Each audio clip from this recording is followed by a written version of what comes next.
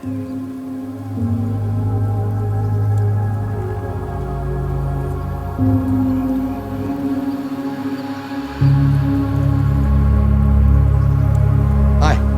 my name is Dr. Brendan McCarthy. I am the Chief Medical Officer of Protea Medical Center in Tempe, Arizona. Thank you so much for tuning in and welcome to our podcast for the clinic. The understanding of how we approach labs at Protea and why it's different.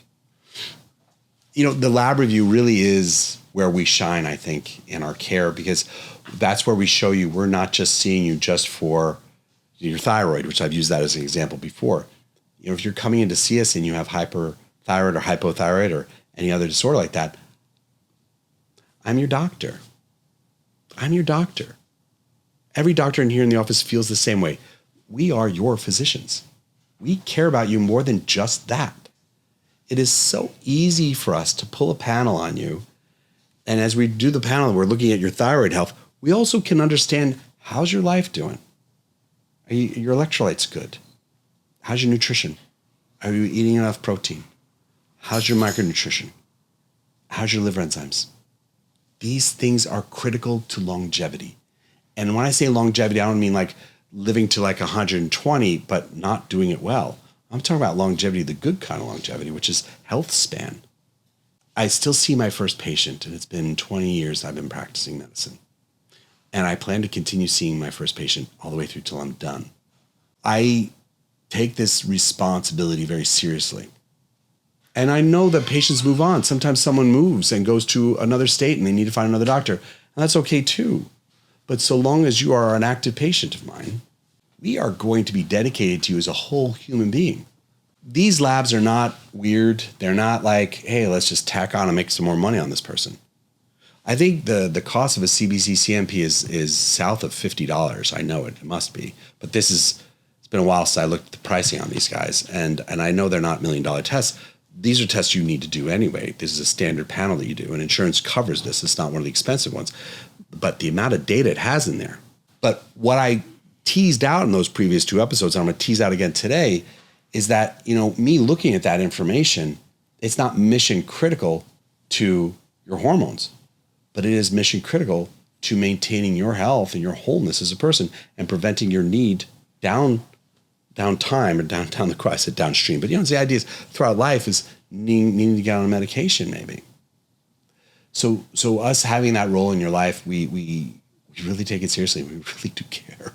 And me just saying it on the internet's one thing, but if you're a patient, you know this to be true.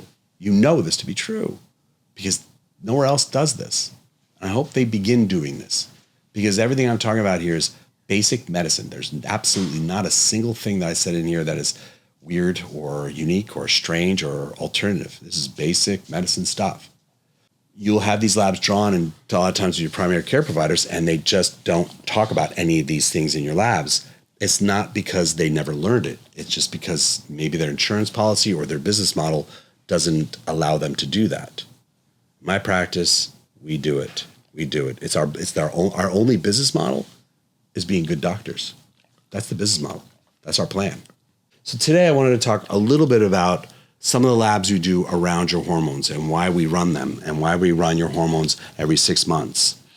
I had a meeting with another physician the other day. I highly regard him. We were talking about, you know, care of patients and the impact stress has on the endocrine system and hormones. And, you know, why I test my patients every 6 months is because your need for these hormones change. If you say you're a testosterone patient, say you have testosterone deficiency, you have testicular hypofunction, you don't have enough testosterone, I prescribe testosterone for you. Say you make some. It's not talking no function. You have hypofunction, so you have less production. So say your reference range is here, you're a little bit below it, or you're not in the optimal range, and we prescribe testosterone for you. Your need for that testosterone fluctuates based upon stress in your life. That is a proven fact, but I see clinically all the time. So say I run your labs every 6 months. During those 6 months, during that time, I'm monitoring how well you're metabolizing testosterone through your body. So say you're under a high stress period in your life, I know for a fact the dose I'm giving you, the labs are going to show it's not enough. I'm probably have to increase your dose during times of high stress. Likewise, in times of reduced stress, I'm going to have to reduce your dose. it's important we run the labs frequently enough, because if I don't monitor how much is in your body, we run the risk of having too little, so no benefit from the hormone, or we run the risk of being too high, creating side effects of the hormone. So running these labs every 6 months is essential to good quality of care and understanding that you are a dynamic person. You're not a machine. You're a human being, and your needs fluctuate based upon lifestyle. Nutrition plays a role too. That's another factor. Stress was the one I want to bring up initially. The other thing we do with these labs is a little bit different that I think is essential is we test for downstream metabolites. This is so important to me.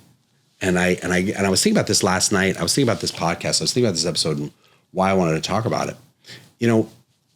Hormone replacement therapy in a lot of ways has become just a business model that people open up a practice and their goal is to just move hormones through their practice and they collect money. And it really is just based upon business. It's based upon putting people in boxes, prescribing the box, pushing them through the system, making their money, cashing their check.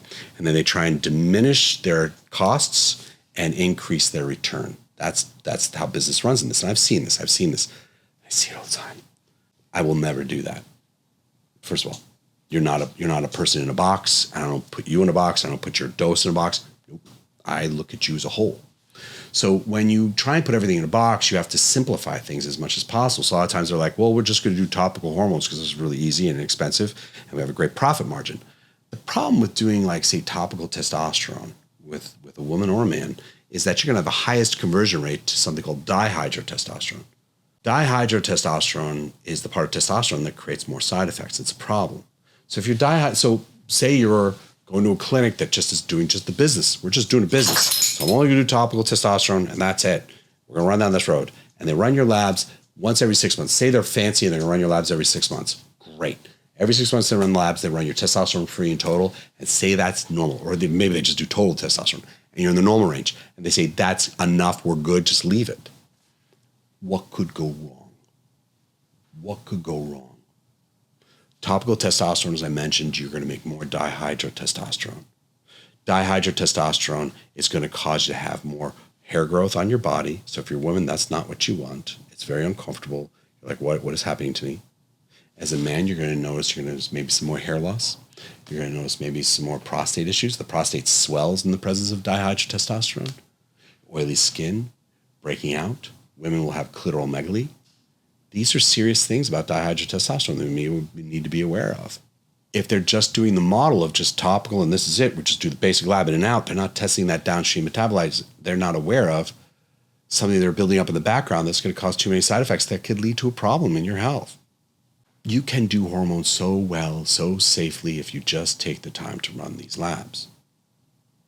This is the reason why I don't do topical testosterone, only in very rare cases on specific situations when I know it's going to have a specific end, and I'm always monitoring the person to take care and not do a bad job.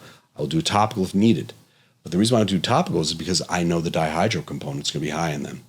And I know no matter what, I'm going to have to stop it at some point because it's going to cause a problem if I don't.